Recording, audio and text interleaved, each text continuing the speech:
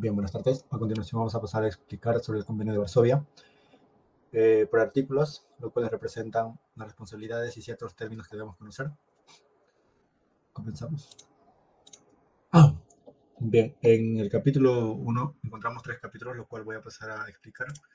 Encontramos primero el artículo número 1, el cual se refiere al ámbito de aplicación, ya que menciona que el convenio se aplica a transportes internacionales de pasajeros, equipajes y mercancías por vía aérea, ya sean con o sin remuneración. Efectuados lógicamente entre países contratantes. También se considera internacional el transporte dentro de un país si hay escala en otro país. Bien, el artículo 2 nos plantea que el transporte estatal se viene incluyendo transportes realizados por el Estado y entidades públicas, excepto lógicamente el transporte postal internacional, que está excluido del convenio. Bien, en el artículo número 3 encontramos el billete de pasaje, que se aplica lógicamente para el transporte de pasajeros, ya que el porteador debe emitir un billete con detalles como el lugar de emisión, destino, escalas, en caso hubiera. La falta del billete en sí no invalida el contrato, pero sí limita la responsabilidad del porteador si no se emite. Bien, también tenemos el talón de equipajes o de equipaje. En este artículo nos dice que el porteador debe emitir un talón para los equipajes. Lógicamente, estos deben estar facturados con ciertos datos como el destino y el número de billete, sea la persona a cual le corresponde. La falta de talón no afecta al contrato, pero sí impide que el porteador limite su responsabilidad en ciertos casos. Bien, en el artículo número 5, ya en la sección 3, nos menciona sobre el tema de la carta de porte aéreo. Lógicamente, esto ya son para las mercancías, ya que el expedidor puede exigir al porteador una carta de porte aéreo que documenta el contrato de transporte. La falta de este documento no invalida el contrato, aunque limita algunas protecciones del porteador.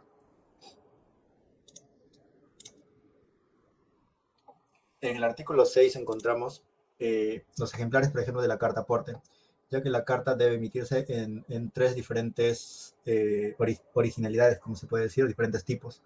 Cada uno corresponde a un tipo, perdón, una cierta determinada responsabilidad. Con uno, por ejemplo, para el portador y para el destinatario, y uno específicamente para el expedidor. Las firmas del expedidor y el porteador son necesarias en los respectivos ejemplares, ya que esto impone la legalidad de estos documentos. Después, en el artículo número 7, mencionamos los diferentes tipos de carta aporte.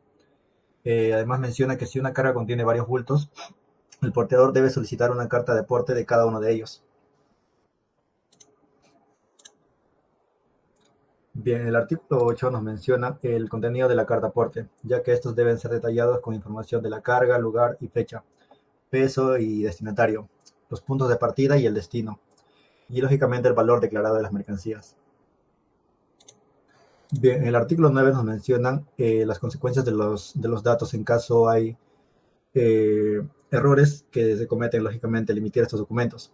Si la carta de aporte carece de ciertos datos importantes, como el peso o el estado de la carga, el porteador en sí no puede limitar su responsabilidad en caso de pérdida o daño. Bien, ahora pasamos al artículo número 10, los cuales nos especifica las responsabilidades del expedidor. Bien, en sí el expedidor es responsable de la exactitud de la información en la carta aporte, lo cual debe ser esto claramente, debe estar bien hecho para que todo sea transparente. Y en caso debe asumir daños que puedan causar datos incorrectos. Bien, en el artículo número 11 nos menciona sobre el valor probatorio, ya que la carta de aporte constituye evidencia del contrato y de las condiciones de carga, salvo prueba en contrario, incluyendo el peso y las dimensiones que no están de acuerdo.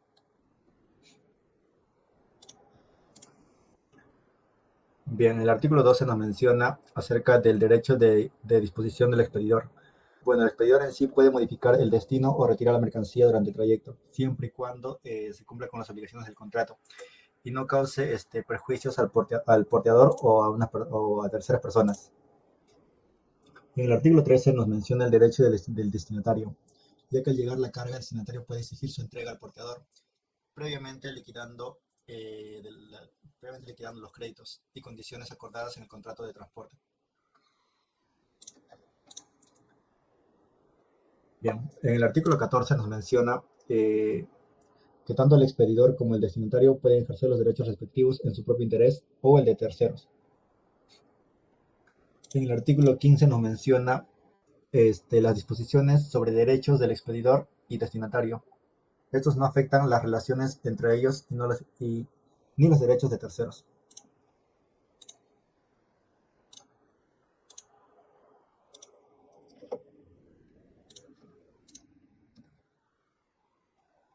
Bien, en el artículo 16 nos menciona la documentación aduanera.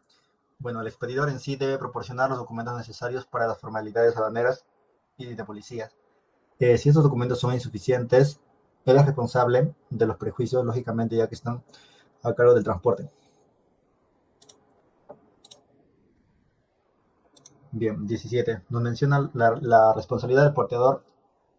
Bueno, el porteador en sí es responsable de lesiones o muertes de pasajeros si el accidente ocurre a bordo durante las operaciones de embarque y desembarque, ya que corren a responsabilidad del porteador.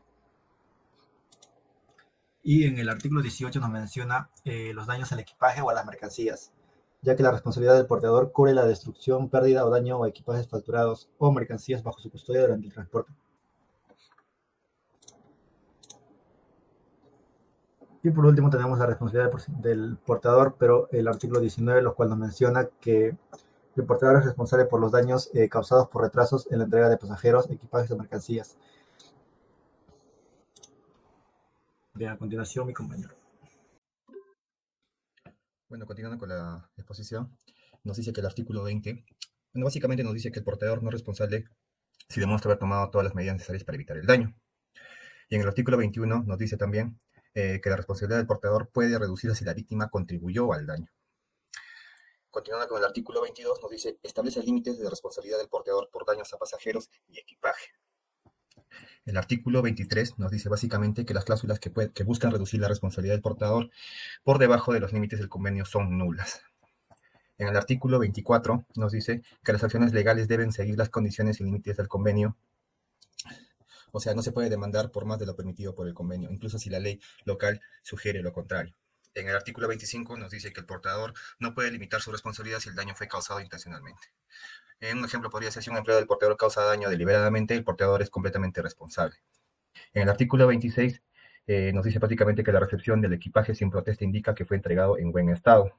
O sea, eso quiere decir que si un pasajero, por ejemplo, no reclama por daños en su maleta al recibirla, se asume que estaba en buen estado. En este caso sería la mercancía, ¿no? Continuando con el artículo 27, nos dice que la responsabilidad puede reclamarse contra los herederos del deudor. O sea, si el portador fallece, sus herederos pueden ser demandados o adquirir la deuda. En el artículo 28 nos dice, las demandas pueden presentarse en varios lugares, como en el domicilio del porteador. El artículo 29 nos dice básicamente que las acciones legales deben iniciarse en un plazo de 2 años. Continuando, el artículo 30 nos dice básicamente que en transporte con varios porteadores, cada uno responsable de su tramo. En el artículo 31 nos dice, el convenio se aplica solo a la parte aérea de transportes combinados.